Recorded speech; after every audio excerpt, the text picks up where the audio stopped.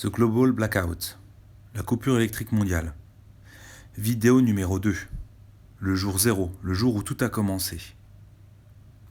Auteur Amar Belmostefawi, illustratrice Karen Gallego. Vous trouverez nos coordonnées dans la description. Bonne écoute et bon visionnage à vous. Au tout début, le jour 0. Comme le 11 septembre 2001, chacun se rappelle ce qu'il faisait ce jour de coupure d'électricité mondiale. Pour ma part, il était 15 heures.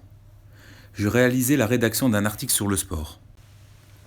La plupart des personnes qui travaillaient sur ordinateur, machines automatisées, celles qui étaient dans les transports en commun, avions, trains, voitures, ont été surprises par l'arrêt brusque, soudain, de toutes ces machines.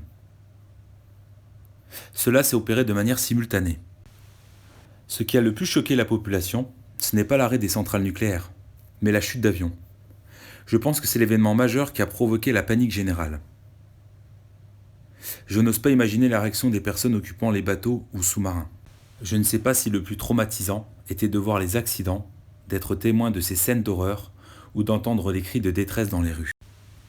Tout ce qui fonctionne avec le courant électrique est devenu hors service.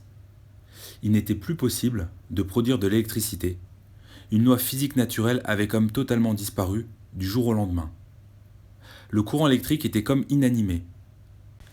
Chose impensable, inimaginable, impossible. Ma situation. Sur le coup, le réflexe est de se dire que le courant va revenir. Vous testez vos interrupteurs et matériel électrique vous entourant. Après quelques minutes, vous sortez de chez vous comme la plupart des voisins et vous vous concertez. Je me rappelle avec exactitude leurs réactions et leurs propos. Un arbre est tombé sur une ligne électrique, une centrale électrique est en panne, un malin a trouvé le disjoncteur et il a coupé le jus. Très rapidement, on entend des bruits venant de l'extérieur. Voiture arrêtée en plein milieu de la chaussée, dans le meilleur des cas. Plus de feux de circulation en fonction, de nombreux accidents, plus de barrières de signalisation de trains en action. Plus de lumière artificielle éclairant la voie publique ou les enseignes publicitaires. L'électricité qui avait le pouvoir de donner vie à l'acier mais aussi aux villes avait lui-même provoqué un arrêt total de ces objets qui, inertes, ne sont que des morceaux de ferraille. Quel événement physique peut brusquement arrêter tout ce qui a été imaginé et fabriqué de la main de l'homme? Un génie informatique? Une technologie venant d'un pays ennemi? Une guerre? Ou encore une perturbation qui transcende l'homme? Concernant la chute d'avion. Pour ceux qui résident à proximité des zones de transit aérien, un spectacle d'apocalypse s'est présenté à eux. Un bruit strident se rapprochait des habitations et était suivi par une explosion. Est-ce la fin du monde ou d'un monde? En attendant, c'est une chance qu'aucun avion ne soit tombé sur une centrale nucléaire. C'est du moins l'information qui nous a été transmise, communiquée, après le retour à la normale. Le plus horrible, c'est que le monde a été totalement paralysé. Ni les secours, ni les forces de l'ordre, ni les militaires n'ont eu les capacités d'intervenir de manière efficace. La guerre est le propre de l'humain.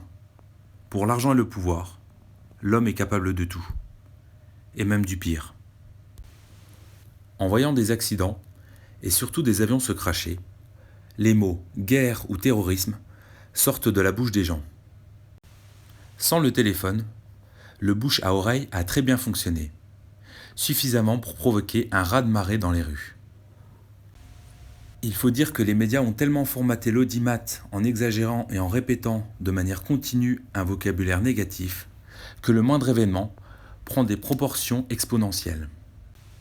Avant cette coupure électrique, nous avons déjà connu les grèves des cheminots ou des routiers. Toujours la même réaction. La panique et le stress. Cette fois-ci, sans même l'aide des médias, les réactions ont été démultipliées.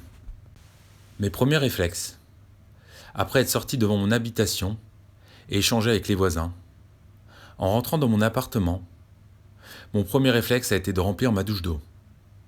Quand j'étais étudiant, je résidais en chambre universitaire. Nombreuses ont été les coupures d'électricité. La première chose que je faisais, c'était de remplir des bouteilles d'eau vide afin de pouvoir me laver, me brosser les dents et faire ma vaisselle. Il reste toujours un peu d'eau et de la pression dans les tuyaux après une coupure d'électricité. Ce 30 juin, n'ayant pas de bouteille d'eau vide, j'ai rempli ma baignoire. Ce réflexe d'ancien étudiant m'a rendu un grand service tout le temps où je suis resté dans mon appartement. Un autre automatisme est de disposer de bougies afin d'éclairer mes longues nuits à étudier. Un briquet à portée de main pour des personnes qui ont peur du noir total peut éviter des crises de panique.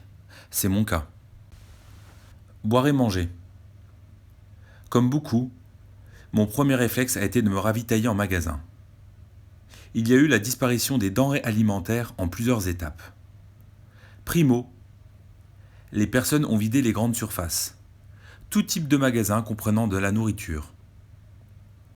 Certains commerces se sont très rapidement organisés pour afficher des prix beaucoup plus élevés, la loi de l'offre et de la demande.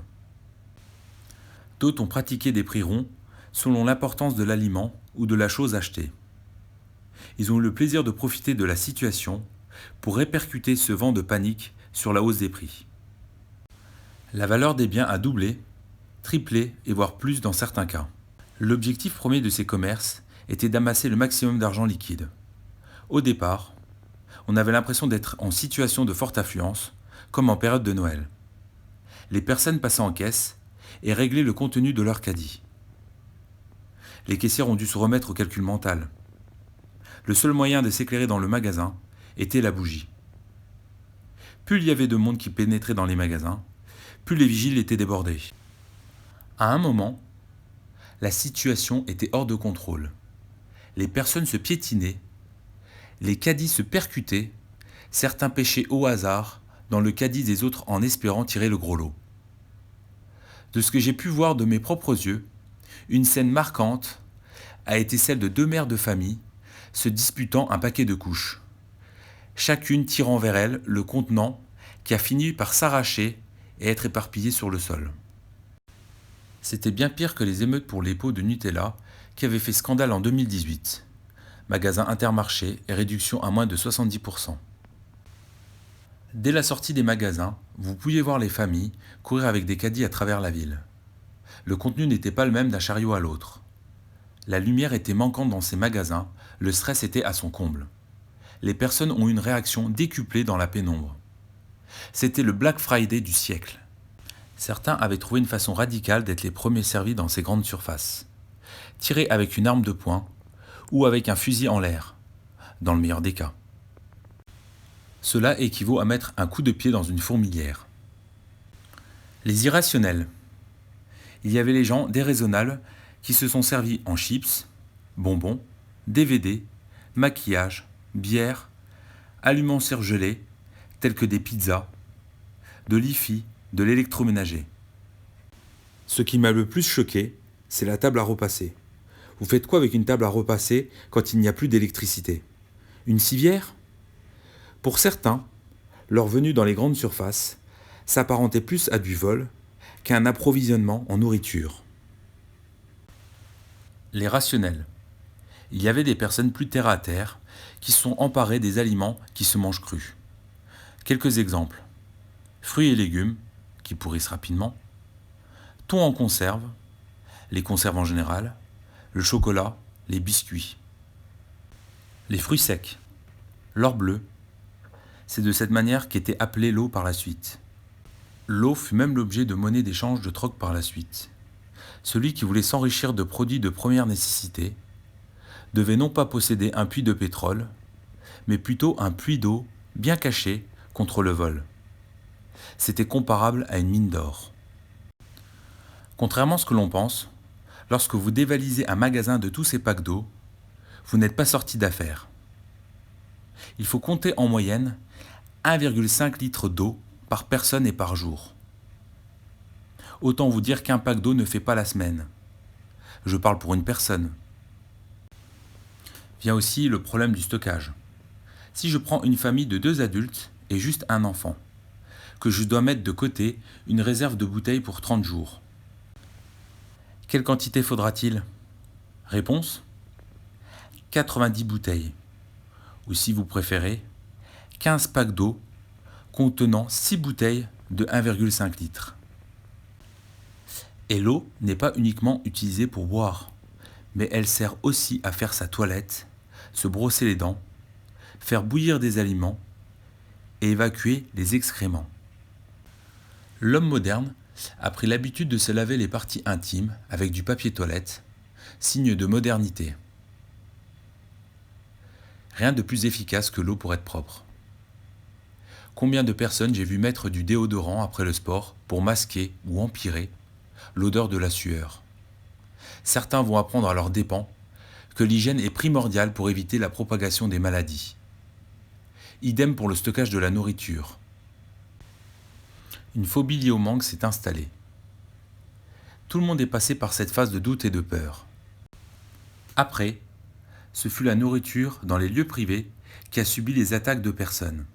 Les champs, les jardins. C'était pire que des criquets qui vous dévastent un champ. En moyenne, les foyers possèdent une semaine de nourriture. Moyenne optimiste. Dans les grandes villes, le dépouillage des denrées s'est accéléré dès les 3 premiers jours. C'était la loi du plus fort. Après, ce fut les magasins de bricolage pour tout ce qui est outils. Pelles, râteaux, etc.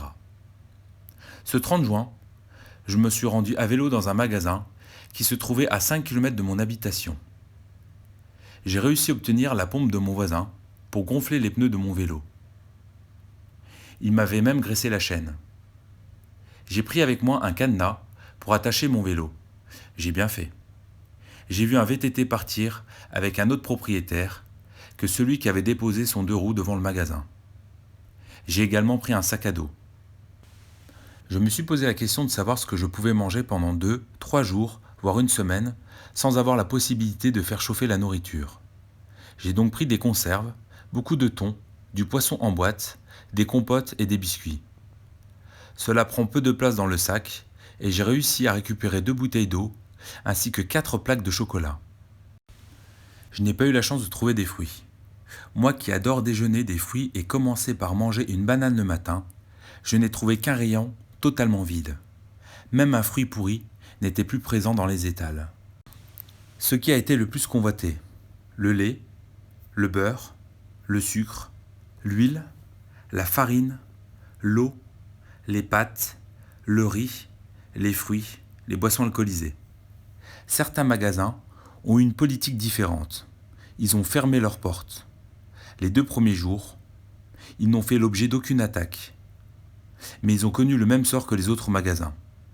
En moins d'une semaine, ils ont été complètement éventrés, vidés. Même les châteaux d'eau, les stations d'épuration ont été prises d'assaut. Les stations essence ont connu le même sort. Plus d'essence. Par contre, je ne sais pas comment cela a pu être possible. Les pompes à essence fonctionnent via l'électricité. Mais dans ce genre de situation, il y en a qui ne manquent pas d'imagination. J'ai vu des personnes sauter à pieds joints sur les tuyaux. Il faut croire que cela marchait, car je percevais une petite quantité d'essence sortir et remplir des bidons, millilitre par millilitre. Étant donné que tout appareil électrique ne fonctionnait plus, même avec un combustible, l'usage de l'essence n'était pas pour faire avancer des voitures ou des groupes électrogènes. Son but était de pouvoir faire du feu et cuisiner. Quand je vous dis que nous avons connu un phénomène transcendant l'homme, je parle de ce genre de situation. Les moteurs à explosion ne fonctionnaient plus, tout système permettant de faire tourner un moteur restait inerte. Beaucoup de scientifiques, mais aussi les profanes, ont dû se trouver face à un casse-tête. J'insiste encore sur ce fait. C'était un phénomène physique inexpliqué. C'est comme si une loi de la physique nous avait été supprimée. Vous pouviez brancher un système de dynamo sur votre vélo et pédaler. Aucune lumière ne sortait. Par contre, un briquet fonctionne. Même mes piles branchées à un appareil ne donnaient aucune réaction au matériel. Ce dernier restait inerte. Revenons à nos combustibles. Tout combustible permettant de faire du feu a été convoité. Cela va du white spirit, en passant par des objets plus simples, comme des briquets, des allumettes. Le coton est une matière qui prend rapidement feu. Cela peut servir de mèche. Le papier journal et le carton seront également très recherchés, mais plus pour s'abriter du froid. Ce n'est pas la première fois que l'être humain subissait une famine, une pénurie alimentaire. Le problème, surtout dans les grandes agglomérations, c'est que les personnes ont été habituées à ne manquer de rien et surtout pas de nourriture. Ce blackout ne s'est jamais présenté. Ce qui a permis aux autres civilisations précédentes de survivre, c'est leur nombre. Depuis que l'homme est passé à l'agriculture intensive, puis à l'industrialisation, la population a augmenté comme jamais. Quand cette logistique industrielle s'enraye, plus rien ne va. Le cœur électrique des centrales et de tout moyen de locomotion à moteur a cessé de battre. Le jour zéro, phénomène improbable. J'avais pour espoir que tout serait rapidement rétabli. J'ai tout d'abord pensé à une attaque militaire. J'ai donc préféré attendre quelques heures, qui se sont transformées en plusieurs jours, avant de prendre la décision de me déplacer dans un endroit plus sécurisé que mon appartement. Ce qui a en partie provoqué ma décision, ce sont les faits racontés par un de mes voisins qui travaille dans un aéroport à 25 minutes de chez moi.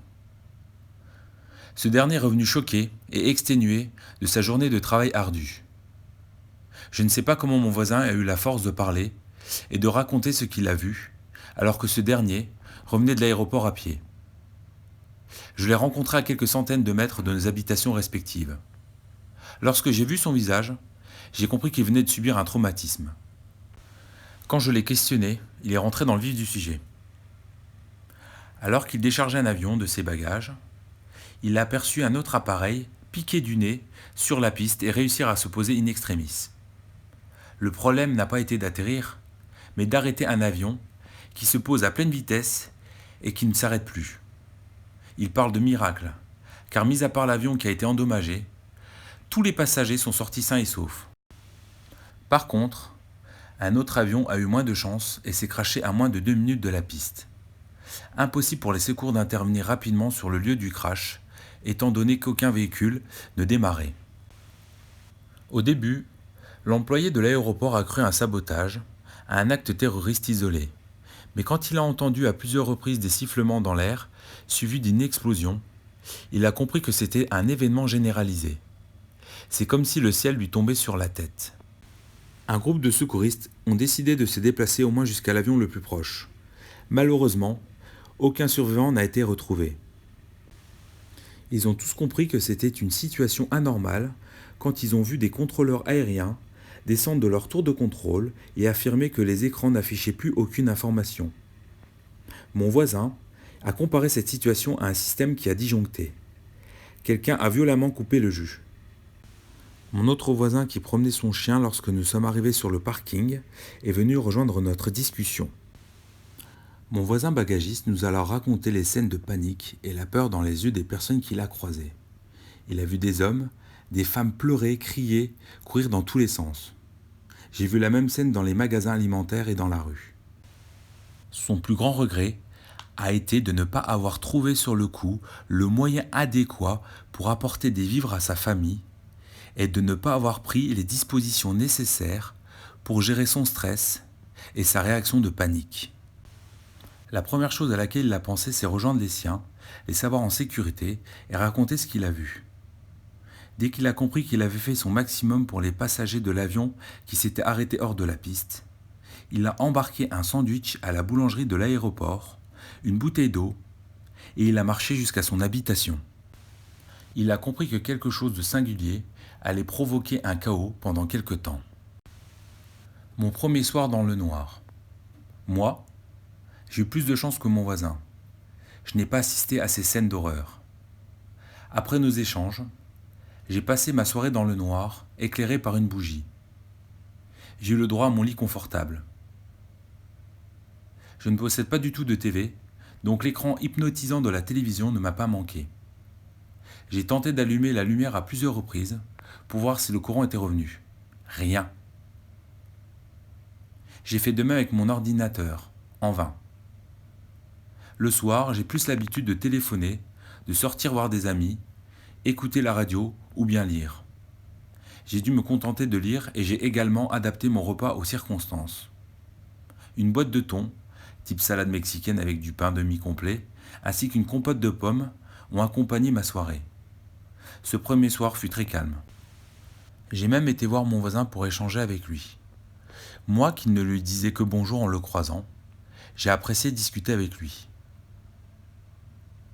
Nous avons parlé de ce que nous avons vu la journée. J'en ai profité pour de nouveau le remercier de m'avoir dépanné pour mon vélo. Nous avons partagé un jus d'orange et je suis reparti lire mon livre au calme, éclairé par une chandelle. Bizarrement, ce moment m'a rappelé mon enfance chez ma grand-mère. Après le repas, cette dernière avait pour habitude de nous accompagner au lit avec une bougie et nous lire une histoire pour nous pousser à nous endormir rapidement et faire de beaux rêves. À chaque vacances scolaires, nous nous rendions dans son habitation en pleine nature. On donnait à manger aux poules, on jouait à des activités de plein air avec des autres enfants du village, on jouait à cache-cache, on allait cueillir des fruits, on faisait des gâteaux. Ce sont les meilleurs moments de mon enfance, ceux qui m'ont le plus marqué. Ma première nuit, je me suis rapidement endormi, ne prenant pas encore toute la mesure de ce qui m'attendait le lendemain. C'est la fin de cette deuxième vidéo. Et vous, comment auriez-vous réagi face à une coupure électrique qui va durer ? La prochaine vidéo portera sur le jour numéro 1. Elle s'intitulera « L'incompréhension du phénomène ». Merci pour votre écoute et le visionnage de cette vidéo. À bientôt.